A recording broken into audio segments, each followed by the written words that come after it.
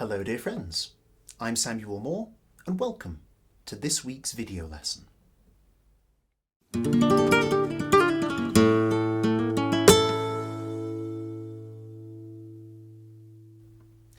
Today, I'd like to talk about llamadas in the context of the palo Siguiriya. Llamadas are an integral part of flamenco performance language. The word llamada literally translates as call.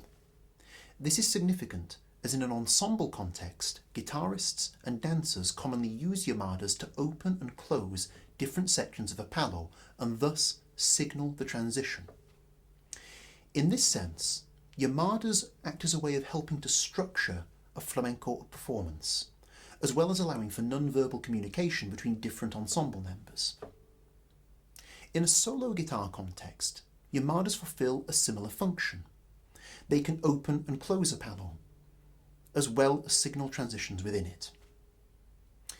Each flamenco palo has classic phrases that commonly function as llamadas. Today, I'd like to show you a classic phrase in the context of the palo Siguiriya. The phrase you're going to learn sounds like this.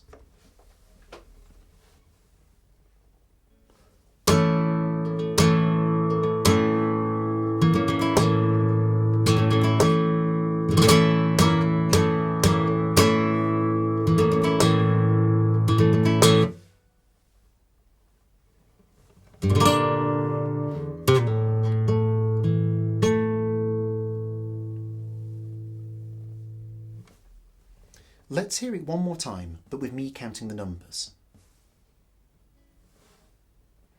1 and 2 and 3 and up 4 and up 5 and 1 and 2 and 3 and up 4 and up 5 and 1 and 2 and 3 and up 4 and up 5. So before we talk about how to use that phrase in the context of your wider playing, let's take a moment to learn the actual phrase itself. In many respects, this is a very simple phrase to play. For the overwhelming majority of the time, you're simply on this A chord, and we sometimes move between that and putting the B flat into the chord, so it has a more flamenco sound. On beats 1 and 2, it's really simple.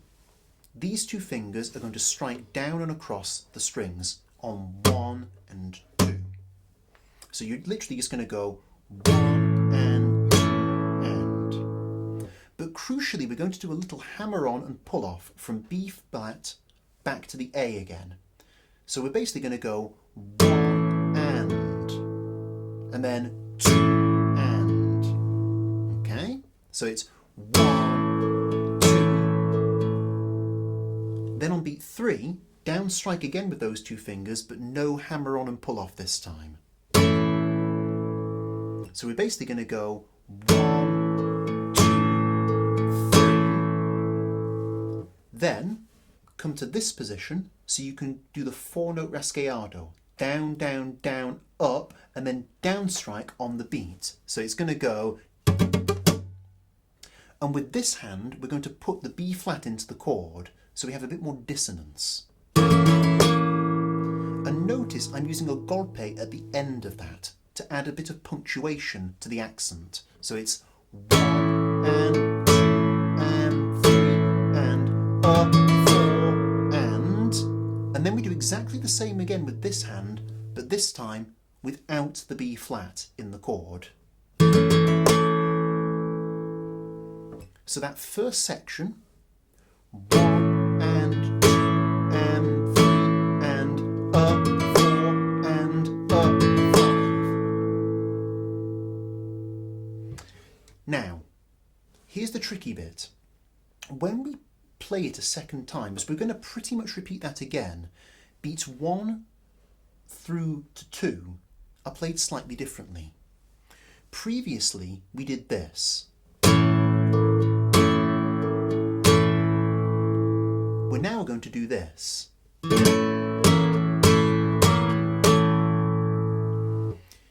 don't be intimidated by this. It's actually quite simple. Let's kind of break it down phrase by phrase. So at a very basic level, we're kind of using these two fingers on 1 and 2 and 3. So we're literally just going 1 and 2 and 3. And to make it a bit more interesting, on every other beat, we're moving between either A or the A with the B flat in. So you're kind of going 1 and 2 and 3 in terms of what this hand's doing. Combine the two hands together and you get 1 and 2 and 3. But there's one more ingredient to add into the mix. To make the opening a bit more dramatic, instead of just going 1 and 2 and 3, we're going to go 1 and 2 and 3. Now don't worry about this. All we're really doing is we're coming into this position after we finish the previous section on 5. So we come to this position and we're literally just going down, down, down, and then we're landing on this final down strike on beat 1. So we're kind of going 5 and 1. Do you see what I mean? So that replaces the first A and M down strike I told you about a moment ago. So instead of going 1 and 2 and 3, we're going 1 and 2 and 3. And then we just carry on as normal. So let's just play that. Right from the top.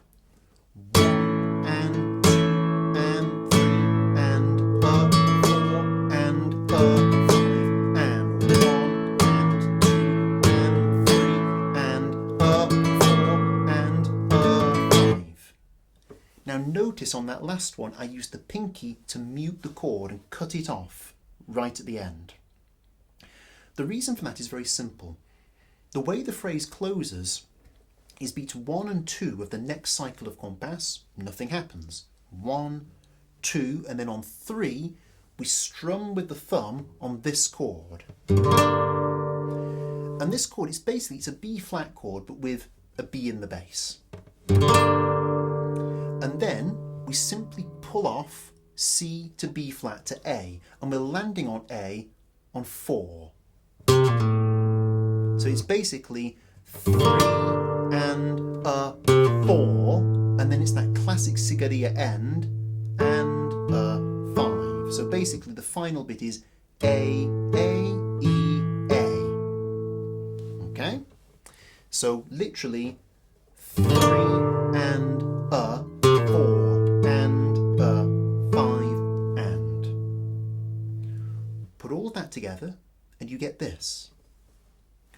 1 and 2 and 3 and a 4 and a 5 and 1 and 2 and 3 and a 4 and a 5 and 1 and 2 and 3 and a 4 and a 5 and. So there you go. A classic phrase that is often used as a llamada in the context of Sigiriya. Having now learnt that phrase, let's take a moment to talk about how you could use it in a performance context. Naturally, there are many different ways that llamadas can be used in a palo like Siguiriya, but let me give you a really useful example. Let's say you're looking for a really impactful intro to your Siguiriya to signal this is the start of the palo. Well, that phrase you've just learned would make an exceptionally good intro. And llamadas are often used as intros in a lot of palos. So let me just demonstrate this now. I'm going to play that llamada as an intro, and then I'll play a little bit of compass. Here we go.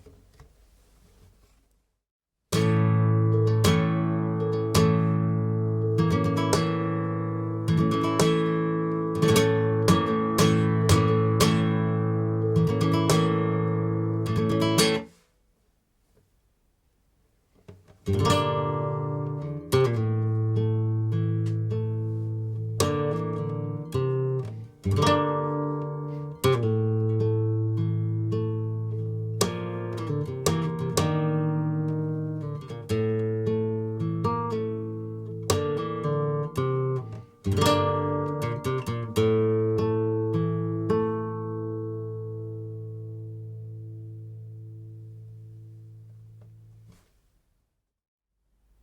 there you have it.